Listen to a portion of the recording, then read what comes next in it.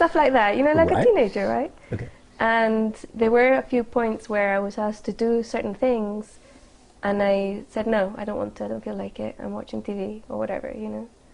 I'm listening to music, or the typical, you know, when your mum clean the room, you know, yeah, whatever. And I went through that at this level, which is kind of a little bit comical if you think about it, because, you know, here's this being who's supposed to do this big job and is going through the teenage rebellious stage, you know. And but I learned very quickly that I shouldn't do that because things went terribly wrong when I did, you know, say no. And it was really it's a little bit comical, I suppose. Once I said something wicked to my mother, you know, and I knew I mustn't say it, you know, and I can't remember what it was, and my hand just came up and slapped me across the face. And I went, oh, you know, that hurt. And it wasn't really nasty. It was just a little something that you feel inside. I shouldn't have done that, you know. It was just a little something. I can't remember what it was. It was probably something like, oh, you have a grey hair, and, you know, whatever, you know, something to do with her appearance probably. Just to be wicked, you know, just to be... And then you immediately slapped yourself in the face. That's all. That's the really funny one. It really hurt. But the other times, when it was something more serious and I wasn't listening, there was a sense of urgency. Like, do it now, do it. And it was like a growing urgency that if you don't do it, something terrible is going to happen, right? And I wasn't able to switch that off. So it would just get worse and worse and worse, and I had to then like run to the place or whatever and be there, you know. And then of course I'd be out of breath, and you know. So I learned very quickly that it wasn't really my choice. It wasn't something that I had a saying in. And then we come into the other side of that. Where's the free will in that, right? And we talked about that a little bit before, but with regards to, you know, doing the things that I was told to do, there's a very, very good way to tell what is ego telling you something to do, you know, telling you to do something. If it's ego, if it's some other negative entity trying to take you over to do bad things, or maybe things that you think are good but really are not. Or if it's really from source, which is how I would describe it, you know. We can give it lots of names. I find that people understand it better if I say, my guides or my higher self is saying this right now. And they will understand that, and it is true. It is true. That's what happens. And I didn't need to translate it or give it a personality, so it wouldn't, even though I would say my guide is telling me to do this now, I can describe it, and it describes it perfectly. For me, it wasn't an entity guide. It was just the same thing, but if you take the identity away, and it would just be the thing. That's how it would come through. And the really good way to distinguish between that pure energy from source that is your guide or your higher self, and ego or another negative entity that's trying to influence you, is to listen to your bodies. And the best way to learn how to do that is to go into a very, very open space within yourself and then tell yourself a lie. You know, instead of saying, you know, your name's Bill, you say my name is George. And that will resonate wrong somehow, somewhere. Will feel odd, it will feel wrong.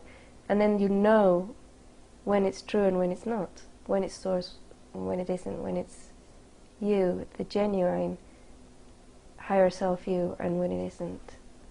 It's actually like what they do to calibrate a lie detector. Ah, there you go. They do the same thing. Right. They ask somebody to deliberately tell a lie. so that they see the reaction on the machine. And in Right. fact, you do this with pendulums as well. Sometimes Yes, you can do this, right. yeah. That's a very good way to put it, yeah. Yeah. I understand. Now, okay, so if we take the girl on the park bench as an example, when you get a knowing, a direct knowing that that is what you must do, and you go there, and sure enough, there she is, and something happens, presumably, and you may not know what that is, and then the girl goes away, and then that's the end of your job. Yes. You may have cured her, or healed her, or stopped her from killing herself, or resolved a problem, or something. But what is that process? How does it work? How can you explain this? How can you explain what's happening? The best way to describe it would be that my focus goes to her. And I am there 110% in every dimension, in every time space, for that moment.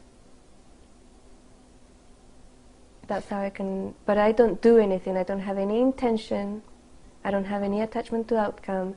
I don't have any curiosity. Nothing. It's just complete focus. And what appears to happen is that there's something else, whatever it is, the divine force, energy, chi, whatever, comes through and directly into her to resolve and do whatever that I have no idea what it is. And then it's done. There must be some examples that you could give where you did actually get feedback on that and you did see the transformational effect. Can you share some examples of that? Yes. For example, yeah, there is an example, and it goes back to the person who spoke Portuguese when I was a teenager. I must have been about 12 or 13 years old at the time. Let me think. I think I was 13, but I could have been 12.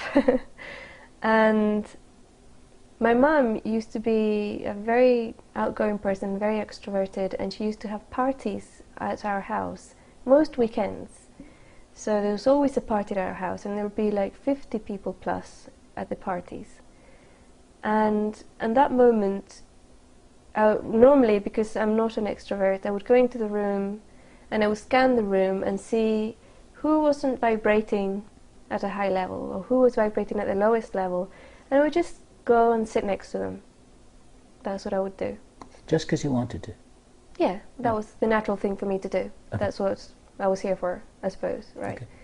It's like, why do we breathe, you know? Because you need to. Or because it's something that we do. And so I would sit next to them and I would sense their vibration going higher and higher and higher. Occasionally I would look and see kind of shadow bits, and I would kind of move those out of the way, but only if I was told. You know, it's like, oh, look at that focus on that little bit there, you know, and as I was looking at it, it would just dissolve and go away. But with this person, I was sitting next to him, like I said, for about an hour or two, and we were talking away. We had a huge long conversation all about different things, different topics and stuff, and all of a sudden he turns around to me and he says, "Where did you learn Portuguese?" And I look at him and says, "Never, I can't speak Portuguese." And he says, "Oh, but you've been speaking Portuguese to me for the past hour, 2 hours." And I look at him and says, "No, I haven't." You know, at the time my main language was Spanish, so I said, I was actually speaking Spanish. And he says, "No, you weren't. I can't speak Spanish. You've been speaking to me in Portuguese."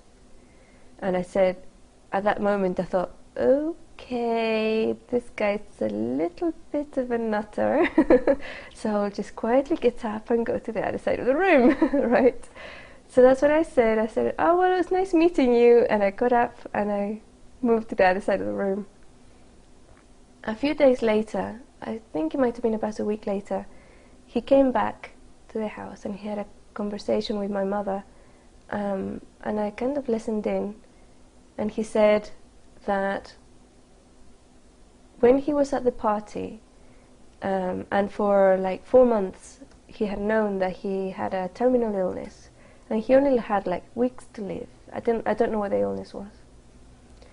That he had gone back to the doctor after the party, and he no longer